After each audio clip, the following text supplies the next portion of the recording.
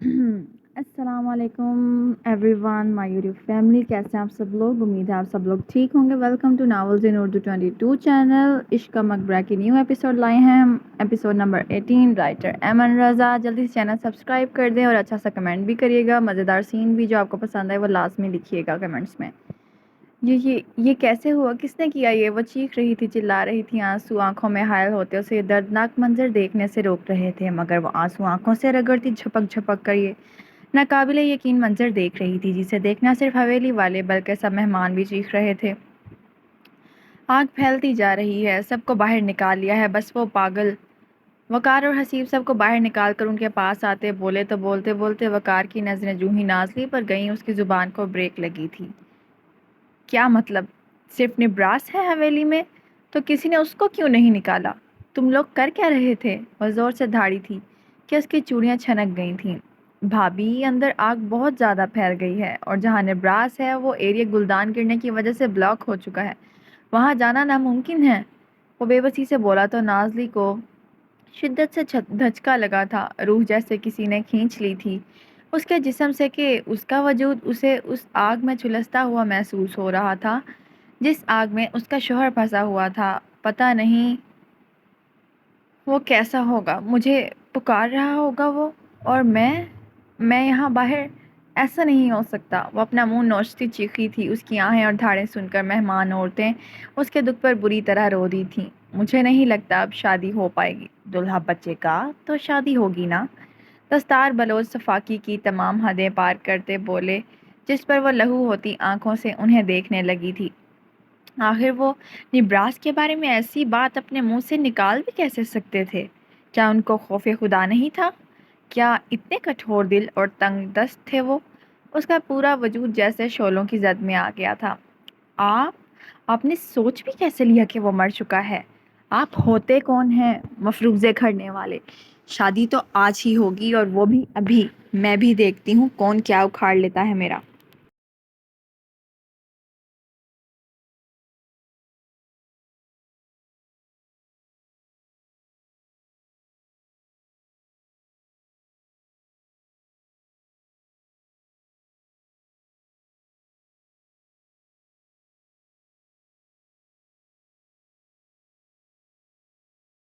وہ ایک ایک لفظ میں شدت اور نفرت پنہا کیے انہیں انگلی دکھاتے بولی۔ اس نے ایک قہر بھری نگاہ اس پر ڈالی تھی اور اس پر وہ کچھ بھی سوچے سمجھے بغیر اس آگ کے دریا میں کود گئی تھی۔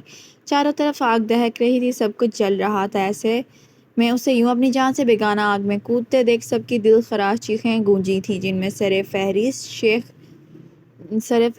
چیخ شیر دل بلوچ اور تابش کی تھی، جن کا دل اسے آگ میں کودتے دیکھ مٹھی میں آ گیا تھا۔ اس نے اپنے دوپٹے کا پلو ہاتھوں پہ لپیٹتے دروازے کو دھکیلتے دور کیا تھا اور اس برستی آگ میں کود گئی تھی۔ اندر آتے ہی آنکھوں میں دھواں بھرا تھا، جس کے باعث آنکھوں سے پانی بہنے لگا تھا اور کھانسی لگاتار اس کا گلا چھیلنے لگی تھی۔ اس نے کوہنی سے ناک ڈھکتے دوسرے ہاتھ سے دھواں ہٹاتے دیکھنا چاہا تھا۔ بیوی، بیوی، بیوی! اس سے پہلے کہ وہ آگے جاتی، اس حویلی میں کسی کی دردناک چیخیں گونج اٹھی تھیں، جنہوں نے نازلی کا دل چیر کر رکھ دیا تھا اور جسم ادھیڑ دیا تھا۔ یہ چیخیں، یہ پکاریں کسی اور کی نہ تھیں، بلکہ اس کی چاہت، اس کے محبوب، اس کے نبراس کی تھیں۔ راس! وہ زور سے چیخی تھی۔ کہاں ہیں آپ راس؟ وہ چاروں طرف دیکھتی پھٹتے دل سے چلائی تھی۔ وہ سوچنا بھی نہیں چاہتی تھی کہ نبراس کو خدا نخواستہ کچھ ہو نہ گیا ہو۔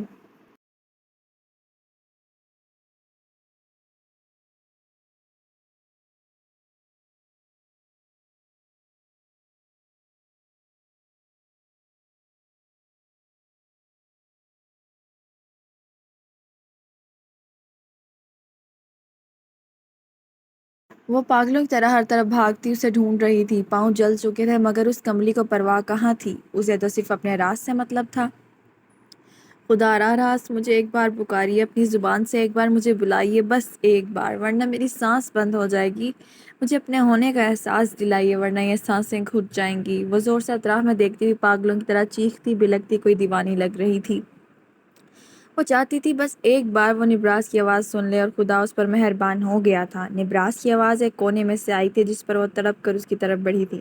شاید وہ ڈر کر اپنے کمرے سے نکل آیا تھا اور نیچے کی طرف آ گیا تھا۔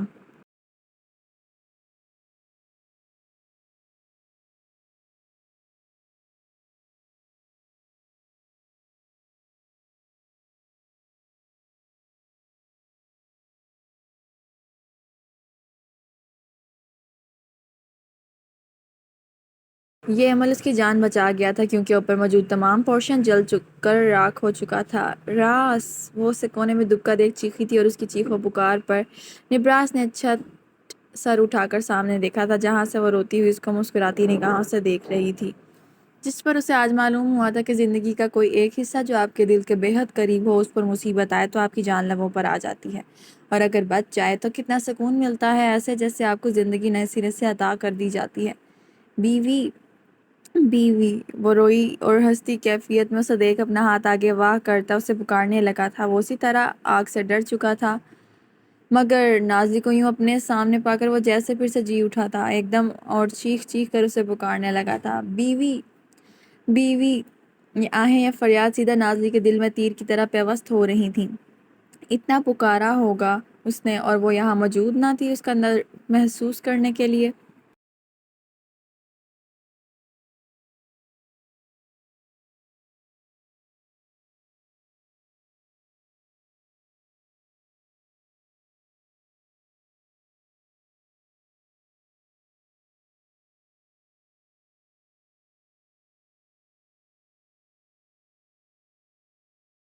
راس!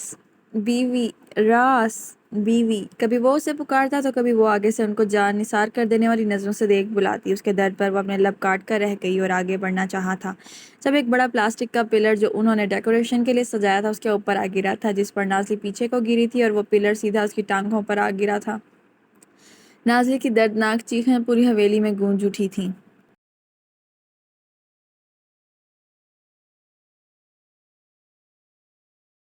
جس پر نبراس پاگل ہو اٹھا تھا۔ وہ آگے آنا چاہتا تھا مگر آگ اسے ایسا کرنے سے روک رہی تھی کیونکہ اس کے چاروں اطراف میں آگ پھیل چکی تھی۔ نازلی شدت درد سے چلا رہی تھی، اس کا گلا چھل چکا تھا بری طرح سے اور آنکھیں رو رو کر سرخ پڑ چکی تھیں، ہاتھ بے جان ہو رہے تھے، اتنی سخت باقی نہ تھی کہ خود کو چھڑا کر اپنے نبراس کے پاس جا پاتی۔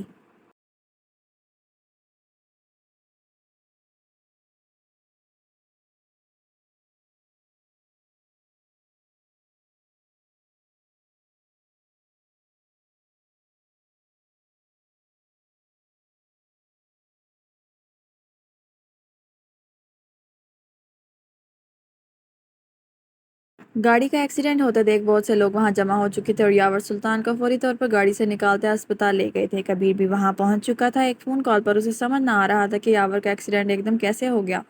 وہ تو نہایت شارپ ذہن کا بندہ تھا، ڈرائیونگ ایکٹیو ہو کر کرتا تھا، پھر ایسی کیا بات ہو گئی کہ وہ اس حد تک ڈسٹرب ہو بیٹھا تھا۔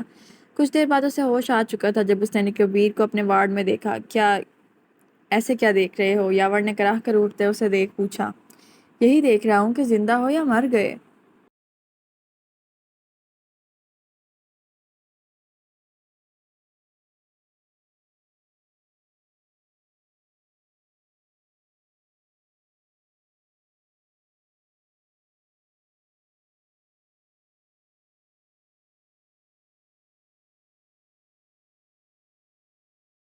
وہ اس پر گہرا طنز کرتے بولا تو مرنے کی بات پر یاور کا دماغ یک لخت رک کر چلنا شروع ہوا تھا۔ امرہا! وہ کراہ کر کہتا فوراً بیڈ سے اترا تھا جس پر کبیر نے اسے ایک ہتھڑ کمر میں رسید کرتے دوبارہ اسٹریچر پر پھینکا تھا۔ شرافت سے وہیں پڑا رہ، امرہا کا چمچا! اگر اتنی ہی فکر تھی تو پہلے سنبھال لیتا اسے، اب یوں بے تابی کیوں دکھا رہا ہے؟ وہ کلس کر بولا۔ بھائی مجھے جانے دو، اس کی بس کھائی میں گر گئی ہے۔ وہ وہ بے ربط انداز میں بولتا کوئی شیدائی لگ رہا تھا۔ اس کا حال کبیر نے تعصب سے دیکھا اور اندر کا یہ حال دیکھ کر تڑپ تو امرہا بھی گئی تھی۔ اسے اس کی اپنی جان سے زیادہ امرہا کی پرواہ تھی۔ وہ منہ پر ہاتھ رکھ کے گھٹ گھٹ کر رونے لگی تھی۔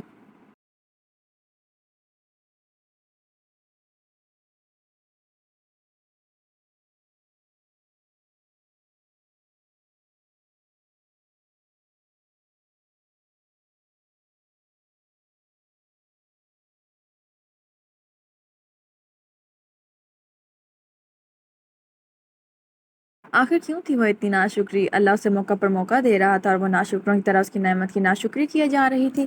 کتنی کم عقل تھی وہ! اگر آج بھی کبیر اسے بس میں نہ دیکھتا اور اسے وہاں سے لے کر نہ آتا تو یقیناً وہ بھی اسی بس کے حادثے کا شکار ہو جاتی، مگر ایسا نہیں ہوا تھا۔ کبیر کی باتیں اس کے ذہن میں گونج رہی تھیں۔ تمہاری قسمت میں مرنا لکھا تھا امرہا، مگر کسی کی محبت اور دعائیں تمہیں اس موت سے بچا لے آئیں، اور وہ دعائیں کسی اور کی نہیں بلکہ میرے بھائی، میرے جگر کی ہیں۔ اسے بے شک محبت کا دامن مت پکڑاؤ، مگر دوستی کا بڑا اس کا ہاتھ یوں خالی ہاتھ تو نہ جانے دو۔ اگر یہ ہاتھ چھوٹ گیا نا مرحا تو یقین جانو تمہارا مقدر بھی یوں ہی سیاہ ہو جائے گا اور تم آخرت سے بھی جاؤ گی۔ اس کی باتوں کی بازگشت نے اس کے اعصاب چھنچھنا کر رکھ دیے تھے۔ اندر نگاہ گئی تو وہ کسی سانڈ کی طرح اپنا زخمی وجود کبیر سے چھڑانے کی کوشش کرتے باہر لپکنا چاہتا تھا۔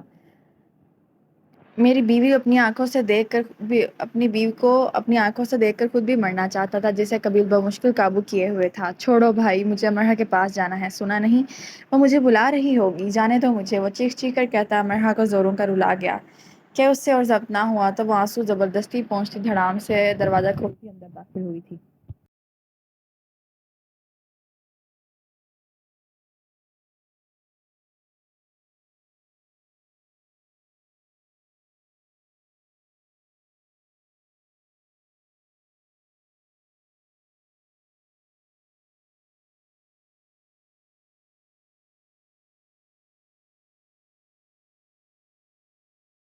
جس پر یاور سلطان ششدر سے پھٹی بے یقین آنکھیں لیے اسے دیکھ رہا تھا۔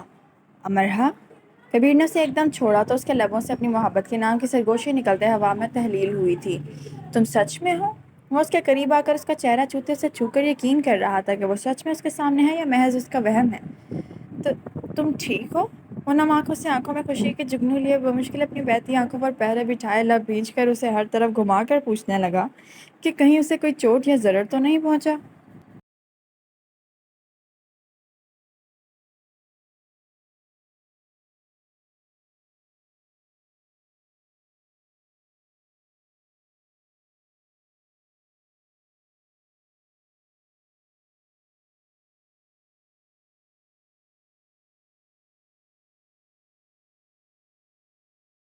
میں بالکل ٹھیک ہوں، اس وقت آپ ٹھیک نہیں ہیں، بیٹھے یہاں۔ وہ زبردستی سے تھام کر اسٹریچر پر بٹھاتی بولی۔ ان دونوں کی نگاہ اب جیسے ہی کبیر پر گئی تو خالی جگہ دیکھ ان دونوں کا منہ کھلا رہ گیا۔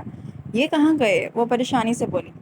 انہیں چھوڑو بیوی، مجھے پکڑو، ایکسیڈنٹ میرا ہوا ہے، مریض میں ہوں، مجھ پر دھیان دو۔ وہ کراہ کر لیٹتا ہوا اس کا ایک ہاتھ تھام کر اپنے دل کے مقام پر رکھتے بولا، جس پر وہ اسے گھور کر رہ گئی، جس کے ماتھے پر پٹھی بندھی تھی، اور امرحا نے اس کا ایک وہ بازو دیکھا جو فریکچر ہو چکا تھا، جسے دیکھ امرحا شدت سے لب کاٹ کر رہ گئی۔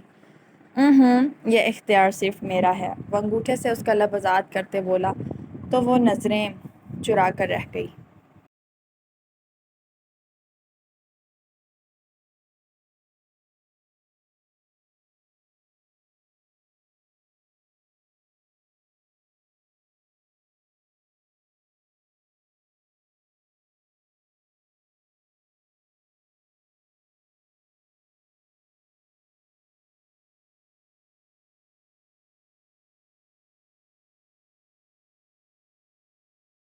آہ! وہ درد سے سسکاری لیتی چلائی تھی اور اس کی دہکتے پلر کو اپنے ہاتھوں سے پیچھے کرنے کی کوشش کی تھی، جس پر اس کے ہاتھ بھی سرخ ہوئے تھے۔ اس کی زندگی واقعی پھولوں کی سیج نہیں بلکہ کانٹوں کی سیج تھی، وہ یہ بات آج اچھی طرح جان گئی تھی۔ درد برداشت کرتی وہ پھر سر کے بل ڈھہ گئی تھی اور آنکھیں دھندلانے لگی تھیں۔ بیوی! چوٹ لگ گئی، بیوی کو چوٹ لگ گئی، بچاؤ! نبراس اس کی مدد کے لیے چلا رہا تھا، کسی کو بلانا چاہتا تھا، مگر وہ صحیح الفاظ میں بلا بھی نہ پا رہا تھا۔ وہ پاگل آخر کیسے مدد کرتا اس کی، جس کا خود کا دماغ بچوں جیسا تھا؟ مگر پھر بھی وہ اپنی بیوی کا درد محسوس کر رہا تھا، مگر اسے ظاہر کرنا نہیں آ رہا تھا۔ وہ اپنا ڈر بھلا بیٹھا تھا، اپنا درد تو اسے کہیں محسوس ہی نہیں ہو رہا تھا۔ اپنی بیوی کو اپنے سامنے یوں جلتے دیکھ وہ مرنے کے قریب تھا۔ نبراس کی آنکھوں سے لہو آنسوؤں کی مانند بہہ رہا تھا، وہ زمین پر ہاتھ مار مار کر زخمی کر چکا تھا۔ اس سے پہلے کہ نازلی کی آنکھوں کے آگے مکمل دھند چھا جاتی، کوئی آیا تھا۔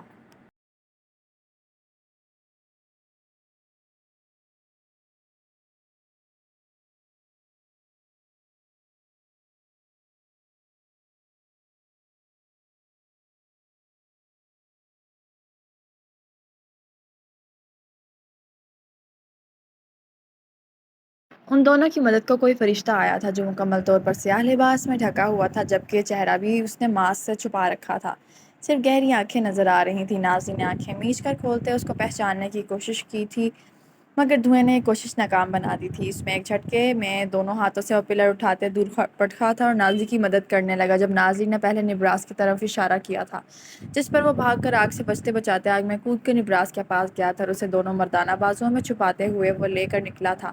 نبراس پہلے تو اس کے قریب آنا نہیں چاہتا تھا، مگر نازلی کے اشارہ کرنے پر وہ اس کے ساتھ آ گیا تھا۔ نبراس کو نکالتے ہوئے اس نے ایک ہاتھ سے نازلی کے وجود کو اپنے ایک بازو کا سہارا دے کر کھڑا کیا تھا اور ان دونوں کو اپنے مضبوط بازوؤں کی چھاؤں میں لیے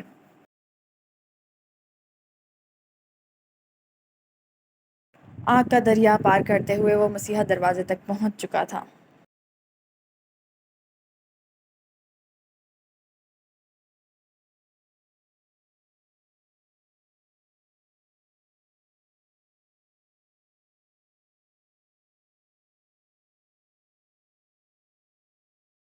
ان دونوں کو وہیں چھوڑ کر وہ وہاں سے جانے کا ارادہ رکھتا تھا جب نازلی نے اس کا ہاتھ پکڑا تھا۔ وہ اس کا چہرہ دیکھنا چاہتی تھی مگر وہ اس سے اپنا ہاتھ چھڑا کر جا چکا تھا۔ پیچھے نازلی دھوئیں میں اس کے وجود کو غائب ہوتا دیکھ رہی تھی، جبکہ نبراس کے بازو پر اچانک آگ لگنے پر وہ ہڑبڑا کر ہوش میں آتی اپنے لہنگے کا دوپٹہ اپنے گرد سے جھٹکے سے الگ کرتی اس کے اطراف میں پھیلا گئی تھی۔ اسے اپنے وجود کی پرواہ نہ تھی کہ آگ اس کا وجود بھی جھلسا سکتی تھی، مگر اسے پرواہ تھی تو صرف اپنی محبت کی۔